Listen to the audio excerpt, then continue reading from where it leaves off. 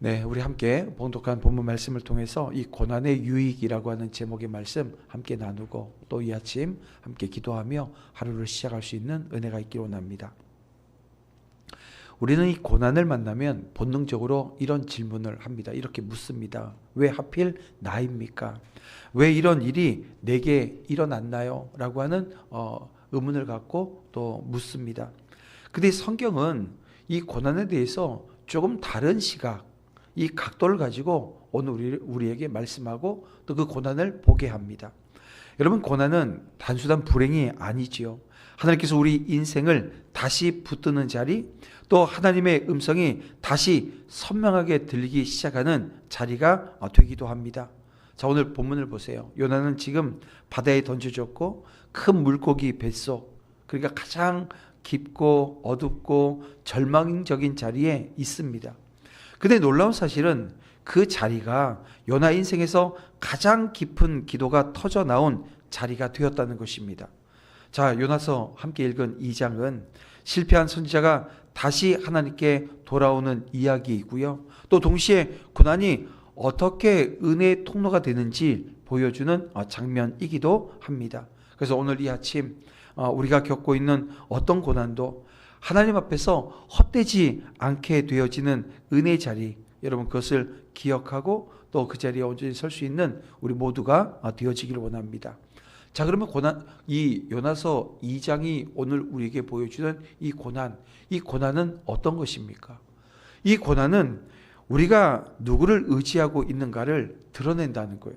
자, 본문 1절과 2절 초반절까지 보면 요나가 물고기 뱃속에서 그의 하나님 여호와께 기도하여 이르되 내가 받는 고난으로 말미암아 여호와께 불러 아뢰었더니라고 말씀하고 있습니다. 자, 이제 이 요나는 더 이상 도망칠 수 없고 숨을 곳도 없고 자기 힘으로 나올 수도 없는 자리에 있습니다. 이제 요나는 완전히 하나님만 바라봐야 하는 자리에 서게 되었습니다. 그리고 비로소 그 자리에서 요나는 뭘 하기 시작합니까? 기도하기 시작합니다. 누구에게요? 하나님께 기도합니다. 그 고백 속에는 중요한 진리가 들어 있습니다. 배 위에 있을 때는 기도하지 않았고 폭풍이 막 몰아칠 때는 어떻게 했나요? 배 밑에서 잠들어 있었던 요나가 이제 물고기 뱃속에서 이 처음으로 진짜 하나님을 찾기 시작합니다. 그렇습니다. 고난은 우리 인생에서 우리가 무엇을 의지하고 살아왔는가라고 하는 것을 아주 적나라하게 드러내는 어떻게 보면 거울과 같은 역할을 하고 있었던 겁니다. 여러분, 저와 여러분은 평안할 때 무엇을 의지하나요? 우리가 푸른 초장과 같은 삶의 자리 우리가 경험하잖아요. 그 자리에 있을 때 우리는 무엇을 의지합니까? 여러분, 돈입니까? 사람입니까? 내 능력입니까? 내 경험입니까? 아니면 정말로 그 자리에서 하나님을 의지했노라고 여러분 이야기할 수 있습니까? 그래서 여러분, 고난이라고 하는 것은 오늘 우리에게 묻습니다. 뭐라고요? 네가 정말 의지하던 것이 무엇이냐고 묻고 있는 거예요. 고난이 그런 질문을 우리에게 하는 겁니다. 자, 그런가 하면 이 고난은 우리가 하나님께로 다시 돌아오게 만드는 은혜의 통로가 되어집니다. 자, 4절 말씀을 보니까 내가 주의 목전에서 쫓겨났을지라도 다시 주의 성전을 바라보겠다 하였나이다 라고 하는 고백을 합니다. 요나는 지금 하나님의 얼굴을 피해서 도망가고 있었던 사람입니다. 근데 이제 그가 말합니다. 다시 주의 성전을 바라보겠다라고 지금 고백하고 있는 거예요. 여러분, 이것이 회개의 방향인 것입니다.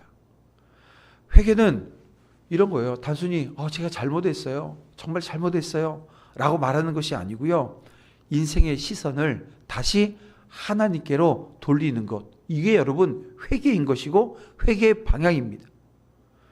요나는 고백합니다. 5절 6절에 보니까 물이 내 영혼에 둘렀고 기쁨이 나를 에워쌌고 내가 산의 뿌리까지 내려갔노라고 말합니다. 여러분, 이것이 단순한 시적인 표현일까요? 아닙니다. 여러분, 나는 완전히 끝에 서 있습니다 라고 하는 고백인 것입니다. 그런데 그때 요나는 7절에 보니까 이런 고백을 해요. 내가 여호와를 생각하였더니 내 기도가 주께 이르렀사오며 라고 고백을 합니다. 그러니까 여러분, 고난은 우리를 하나님에게서 멀어지게 만드는 도구가 아니라 오히려 하나님께로 되돌리는 아주 강력한 은혜의 통로가 되는 것입니다.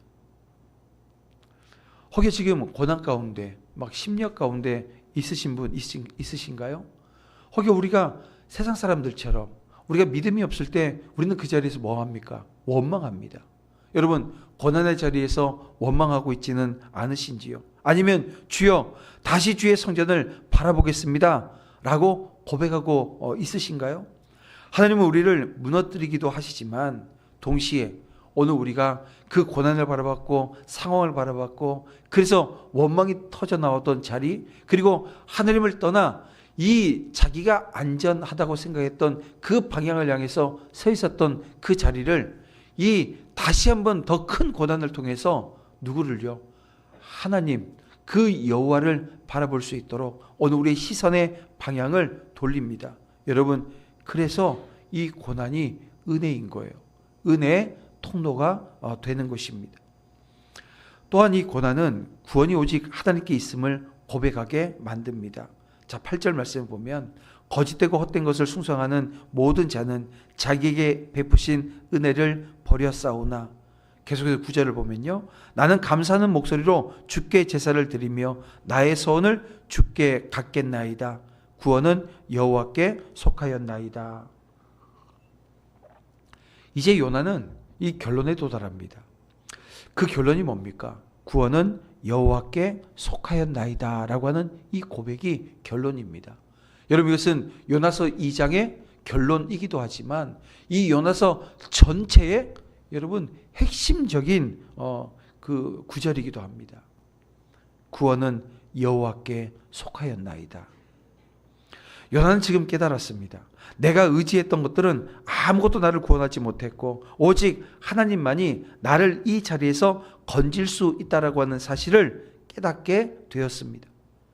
그리고 이 고백 직후에 성경은 뭐라고 기록하나요? 10절에 보니까 여호와께서 그 물고기에게 말씀하심에 요나를 육지에 토하니라. 여러분 보세요. 이 우리 시각에서 보면 여러분, 구원이 먼저 고백된 것 아닙니까? 구원이 먼저 고백되어졌고 그 다음에 구원이 실제로 일어났습니다. 그러니까 우리가 시편을 보면 다윗의 시를 보세요. 다윗이 막 고난의 가운데 하나님 나를 구원해 달라고, 나를 핍박하는 원수 이 좀 어떻게 해결해 달라고 막 기도하다 갑자기 손바닥 뒤집듯이 기도 내용이 확 바뀌어요. 뭘요? 구원받았음을 고백합니다. 그런데 상황은 그대로예요. 아무것도 바뀌지 않았습니다. 그런데 나중에 보니까 그 자기가 기도한 대로 이 구원을 고백했던 대로 되어져 있더라는 거예요. 여러분, 그렇습니다. 이 구원이 오늘 우리의 과정을 보면 구원이 먼저 고백되어지고, 그러니까 선제적 믿음으로 그 구원이 오늘 우리의 입술을 통해서 선포되어지는 겁니다. 그리고 난 이후에 구원이 실제로 이루어지는 것, 이게 여러분 오늘 우리에게 주어지는, 우리 편에서 보면 그런 것처럼 보인다는 거예요. 우리는 너무 쉽게 구원은 하나님께 있습니다 라고 말합니다. 그러나 그 고백이 정말 내 인생의 마지막 고백이 되어진 적이 있는지 여러분 한번 자기를 한번 따져보세요.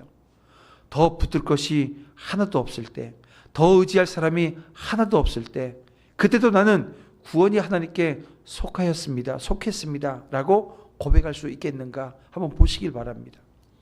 여러분, 요나의 고난은 요나를 죽이기 위한 고난이 아니었습니다. 이 고난은 요나를 다시 살리기 위한 고난이었던 것을 우리는 이 장면을 읽어나가면서 알게 되어지죠. 여러분, 물고기 뱃속은 감옥처럼 보였지요. 하지만 실상은 그 자리가 회개의 골방이었고 죽음의 자리처럼 보였지만 실상은 이 부활의 준비실이었던 것입니다. 그래서 이 장면은 분명하게 예수 그리스도의 십자가와 부활을 미리 보여주는 여러분 구속사적 그림자입니다. 요나는 자기 죄 때문에 내려갔고 예수 그리스도께서는 누구 죄 때문이에요? 오늘 우리 죄 때문에 그 십자가로 내려가셨습니다. 요나는 다시 살기 위해서 내려갔고 예수님은 오늘 우리를 살리시기 위해서 내려가셨습니다. 그러므로 우리가 겪는 고난은 여러분 우연이 아닙니다. 결코 헛되지도 않습니다. 결코 우리를 버리시는 그 하나님의 손길은 아닌 거예요. 고난은 하나님이 우리를 다시 부르시는 가장 깊은 음성입니다. 여러분, 그래서 이 새벽 하나님은 우리에게 묻고 계십니다. 너는 지금 어디에서 나를 부르고 있냐고 물으세요. 그리고 너는 지금 무엇을 의지하며 살고 있느냐고 물으시는 거예요. 여러분, 그 물음에 어떤 고백을 해야 될까요? 주님, 고난 속에서도 다시 주를 바라보게 하옵소서. 주님, 구원이 오직 여호와께 있음을 믿음으로 고백하길 원합니다. 주님, 나의 물고기 뱃속이 같은 자리에서도 다시 기도의 사람 되게 하여 주시옵소서. 여러분, 이 고백이 오늘 이 아침 우리에게 있어야 되고, 오늘 이 아침 우리가 하는 이 모든 기도가 여러분 하나님 앞에 드리는, 정말 요나가 물고기 뱃속에서 그 기도한 것, 어떤 기도였을까요? 아주 간절함이 묻어있는 기도 아니었겠어요? 그런 기도의 자리, 오늘 이 아침 기도 시간 되어지시기를 주님의 이름으로 축원함을 드립니다. 이렇게 주신 말씀 붙들고 이 아침 기도할 때 주님, 고난의 자리에서도 다시 하나님을 바라보며 또 구원이 오직 여호와께 있음을 믿음으로 고백하며 나아가오니 오늘 하루 함께 하시며 인도해 주시옵소서. 우리 다 같이 주여 한번 부르면서 정말 성령을 의지하며 함께 기도하며 나아갑니다. 주여, 아버지 하나님 함께하여 주시옵소서. 내 인생에 찾아온 고난의 자리 주님께서 붙드시고 인도해 주셔서 오직 주의 성호만을 찬양하고 구원이 주께 있음을 고백하며 나아가는 그 심령마다 주님, 그 고난의 그 골방의 자리를 찾아가 주셔서 그 기도를 만져주시고 그 기도를 인도해 주셔서 하나님, 오늘 우리 안에 하나님 함께 하시며 인도해 주시옵소서. 하나님의 섭리를 깨달아 믿음의 자리에서 다시 한번 주의 성호를 부를 수 있도록 주님 인도하시고 붙들어 주시옵소서. 생명이 주께 있음을 고백하며 나아갑니다. 오직 하나님만 의지하고 하나님만 바라보며 믿음의 자리에서 주님 의지할 수 있도록 주님 인도해 주시옵소서. 삶에 어떤 문제들이 찾아왔습니까? 주님, 인생에 찾아온 문제들을 해결해 주시고 찾아가 주시며 그 자리에서 주님을 바라볼 수 있도록 주님 역사해 주시옵소서. 아버지, 붙들어 주시옵소서. 주님, 인도해 주시옵소서. 오늘도 피 묻은 오른손에 놀라운 기적의 역사가 하나님 기도하는 심령